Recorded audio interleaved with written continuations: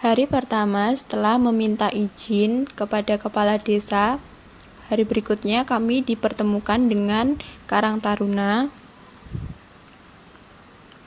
Lalu kemudian seminggu kemudian kami membentuk kegiatan dengan anggota Karang Taruna membuat wareng untuk budidaya maggot, dan kami mengajarkan bagaimana meletakkan dan perawatan dalam budidaya lalat BSF. Kayu-kayu digunakan untuk tempat bertelurnya maggot BSF. Ini lalat-lalat yang siap untuk kawin.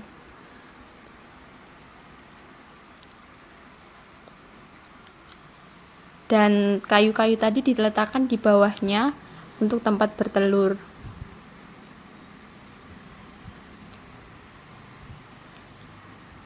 Saya mengajarkan bagaimana caranya memberi air minum ketika lalat sedang kawin. Seminggu kemudian setelah lalatnya bertelur, serangga biasanya akan mati setelah bertelur. Kita pisahkan dari kayu-kayu yang sudah ditumpuk seperti ini, rekatkan dengan tali, lalu sisihkan telur-telur lalat BSF seperti ini, dibuka secara perlahan.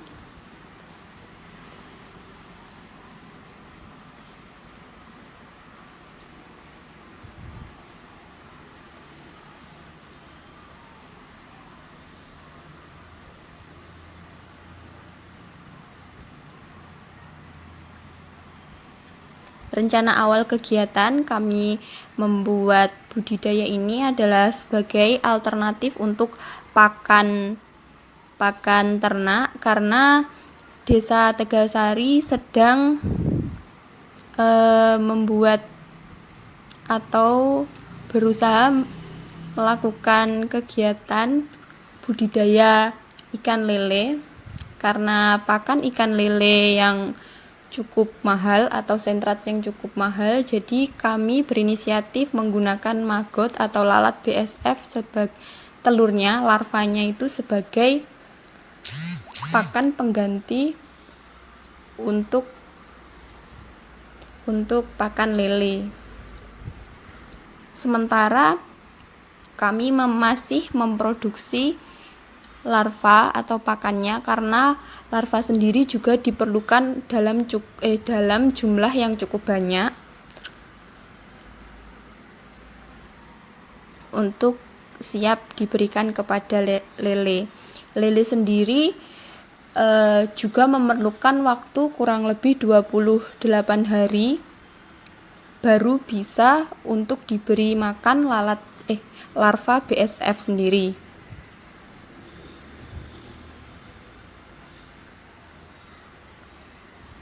Seperti ini bagaimana cara memisahkan telur lalat dari tempat bertelurnya.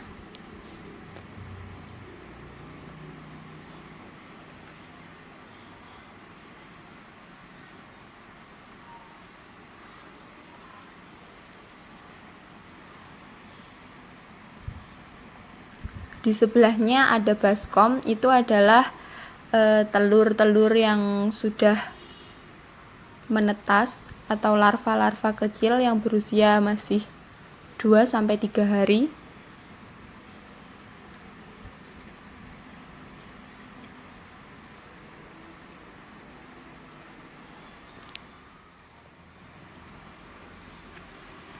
Nah, ini ini pakannya sendiri menggunakan sampah-sampah organik atau sampah rumah tangga seperti sisa-sisa buah-buahan, sisa-sisa sayur atau sisa-sisa makanan bisa diberikan sebagai makanan dari larva BSF sendiri. Seperti ini contohnya, ini adalah contoh sisa dari buah nanas. Jadi seperti ini kalau sudah dimakan sama larva BSF-nya.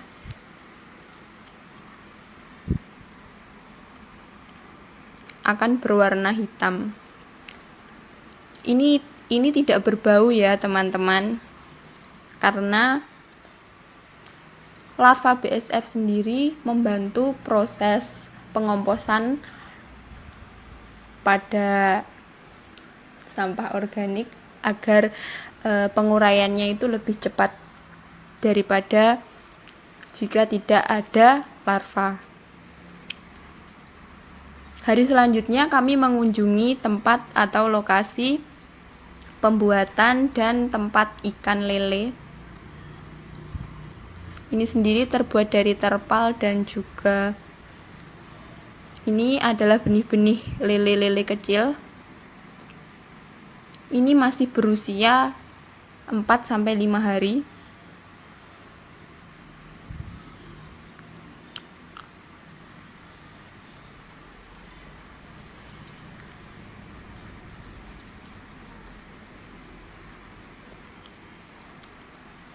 Minggu selanjutnya, telur-telur yang sudah dipisahkan kemarin sudah menjadi larva-larva kecil yang usianya juga tidak sama serta ukurannya.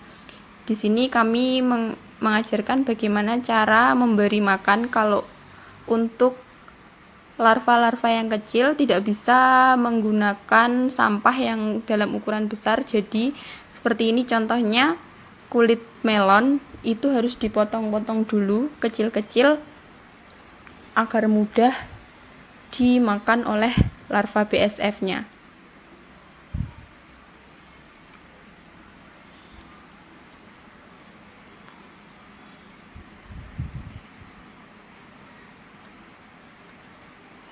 Pelan-pelan larva ini berusia 3-4 tahun.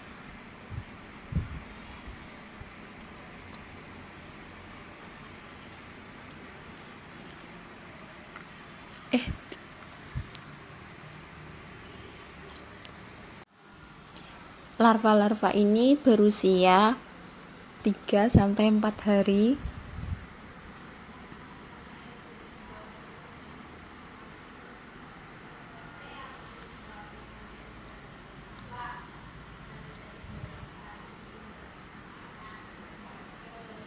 Seperti ini sampah jika sudah 3-4 hari diberikan kepada larva-larvanya.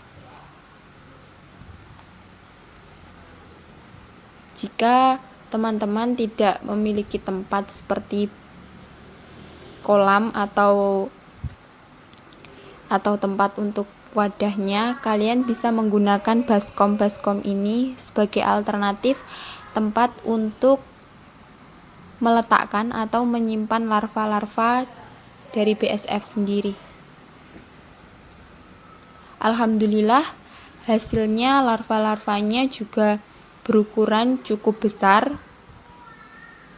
Berarti sebagian proses dari kegiatan ini berjalan dengan lancar dan hasilnya juga baik.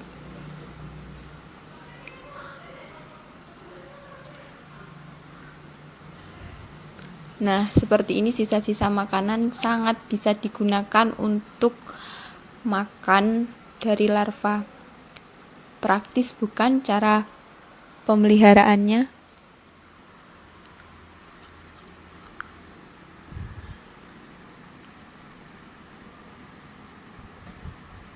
Nah, ini medianya menggunakan tempat yang lebih luas seperti kolam itu babakan. Nah, seperti ini jika usianya sudah 1-2 minggu. Ini kacang panjang ya teman-teman.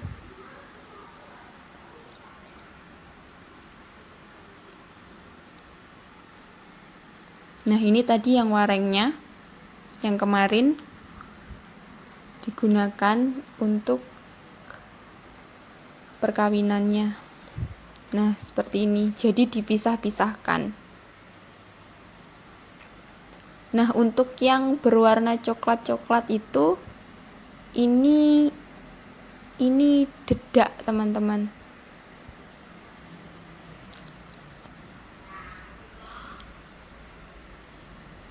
Jadi kalau sudah ditempatkan di tempat yang cukup luas, diberi dedak atau katul dalam bahasa Jawa. Ini buah melon, sisa-sisa buah melon, besar-besar kan magotnya. Nah, yang seperti ini yang siap untuk dimakankan untuk lele. Bisa juga digunakan sebagai alternatif pakan ternak lain seperti bebek, ayam, unggas, atau pakan burung juga bisa. Ini bisa membuat tubuh hewan ternak itu menjadi lebih gemuk. Untuk telur ayam pun juga bisa sangat besar-besar dan isinya pun kembar, ada 2. Nah, ini saya bersama teman-teman saya, kebetulan di Desa Tegalsari ada 4 orang yang ikut serta dalam kegiatan ini.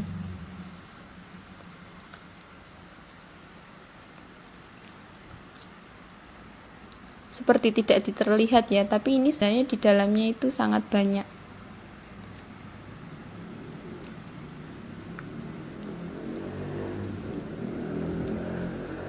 Nah, seperti ini kangkung, ini sawi, macam-macam, semua sisa bisa digunakan. Sampah-sampah organik bisa digunakan untuk pakannya.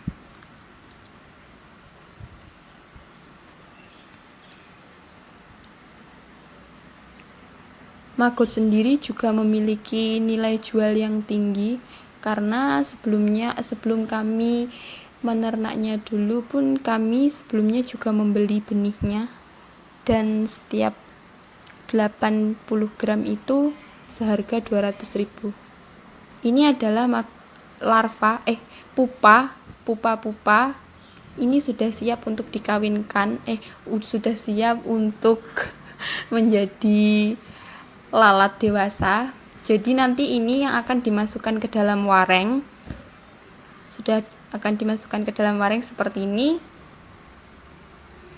Dan nanti akan seperti ini. Nah, di minggu selanjutnya kami kembali ke kolam ikan untuk melihat perkembangan dan ukuran ikan-ikan di sana apakah sudah siap untuk diberi makan. Tapi ketika kami sampai di sana, usia ikan pun masih berusia sekitar 10-15 hari, jadi ikan belum siap untuk diberi makan. Seperti ini contoh apabila diberikan makan kepada ayam. Ayam-ayam langsung berlari dan bergelumbul untuk memakan larva seperti ini.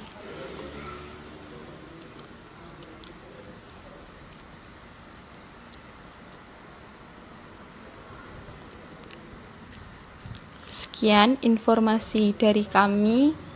Selamat mencoba. Terima kasih.